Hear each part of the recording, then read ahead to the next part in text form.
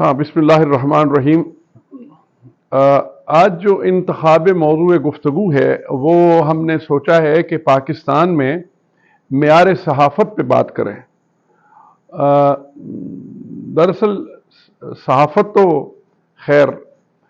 وہاں پہ کیونکہ بادشاہی طرز حکومت تھا ایک زمانے میں جب مغل ہوتے تھے، صحافت تو دور کی بات ہے، کسی کو بات کرنے کی اجازت نہیں تھی،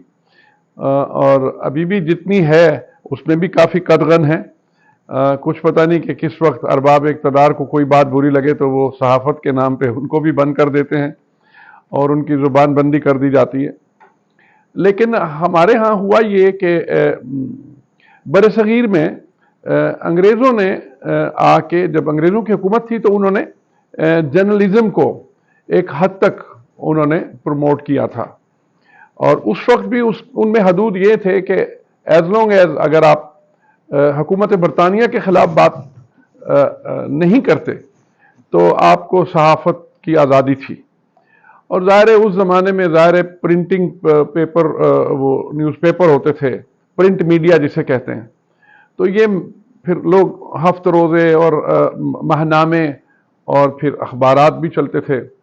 تو یہ معیار پھر رہا کافی عرصہ۔ پھر ہندوستان پاکستان میں جب دو ملک علیحدہ بن گئے، پھر بہت سے صحافیوں نے پھر اپنا جن کا جو حصہ آیا، جو پاکستان میں رہ گئے وہ پاکستان کے صحافی بن گئے، اور پھر وہ وہاں کے ہندوستان میں بن گئے۔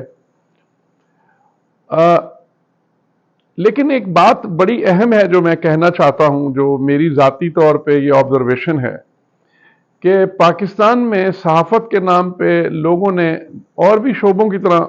امیر بننا شروع کر دیا، اور وہ بہت زیادہ امیر بنے، اس لیے کہ کبھی فوج کی حکومت رہی اور کبھی سو کالڈ سیاسی لوگوں کی حکومت بنی۔ اس دوران میں جو صحافتی کاروبار خوب چلا، میں کسی ادارے کا نام نہیں لینا چاہتا، لیکن مجھے یہ پتہ ہے کہ اس زمانے میں جب بڑے بڑے وزیروں اور بڑے بڑے وزیر اعلیٰوں کے پاس وہ گاڑیاں نہیں تھیں جو صحافتی اداروں کے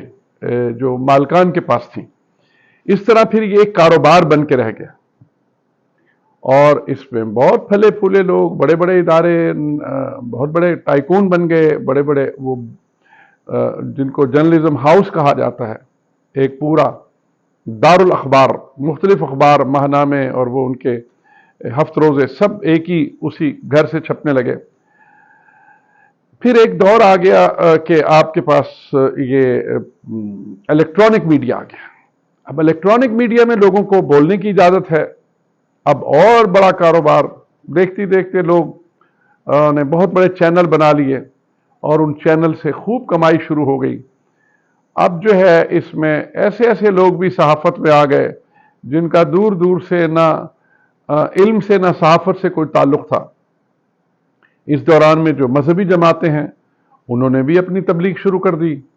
اور اس طرح سے اس وقت پاکستان میں سینکڑوں چینل ہیں جو اپنی اپنی بات کرتے ہیں۔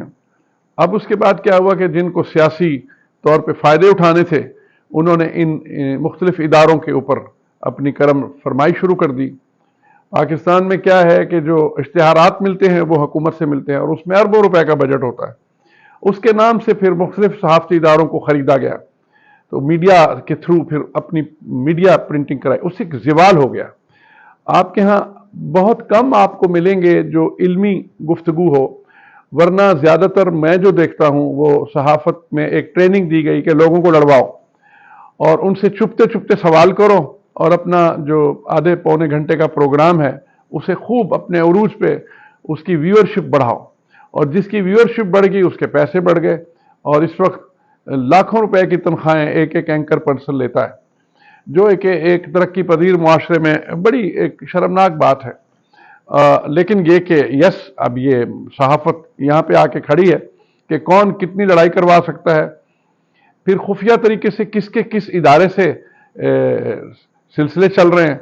اور ان کو وہاں سے نوازشات دی جا رہی ہیں۔ بڑی سیاسی جو پارٹیاں ہیں وہ اپنے کرم فرمائی فرماتی ہیں اپنے ان لوگوں کے اوپر جن کے اوپر ان کی تشریح کی جاتی ہے، ان کے لیے تعریفی قسم کے پروگرام کیے جاتے ہیں، اور خاص طور پہ چن کے ایسے سوال لائے جاتے ہیں جن کا فائدہ ان کو پہنچے۔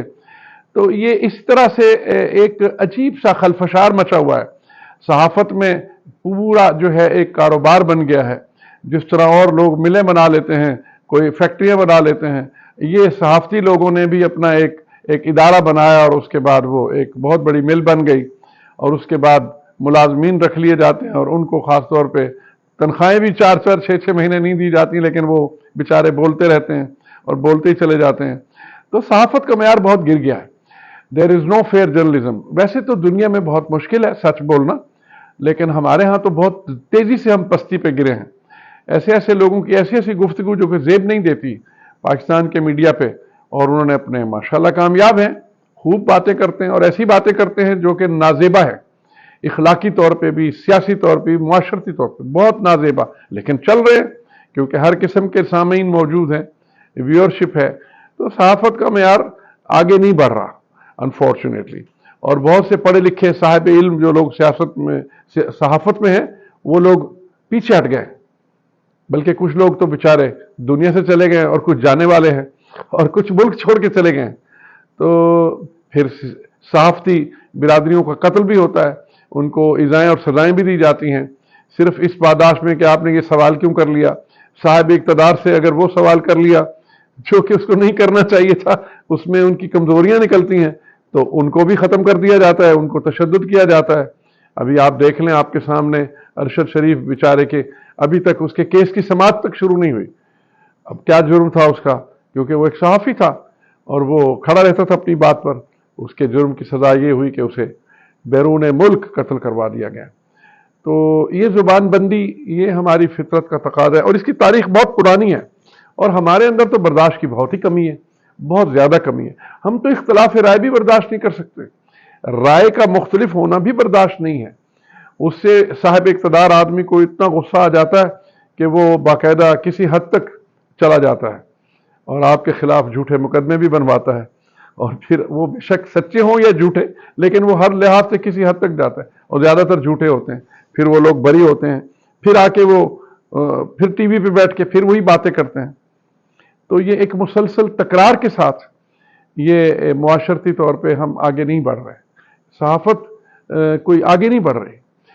وسائل بڑھ رہے ہیں، میڈیا بڑھ گیا، کیمرے بڑھ گئے، ٹیکنالوجی بڑھ گئی ہے، لیکن اخلاقیات صحافت کے جو ہیں وہ نہیں آگے بڑھ رہے۔ تو اللہ تعالی ہمیں ہدایت دے اور ہمیں سچ بولنے کی توفیق ہو، اور ایسی باتیں کریں جو سچ کے بہت قریب ہوں، اگر مکمل نہیں تو کم از کم زیادہ تر سچ ہو۔ بہت شکریہ، اللہ آپ کا حامی و ناصر ہو۔ السلام علیکم۔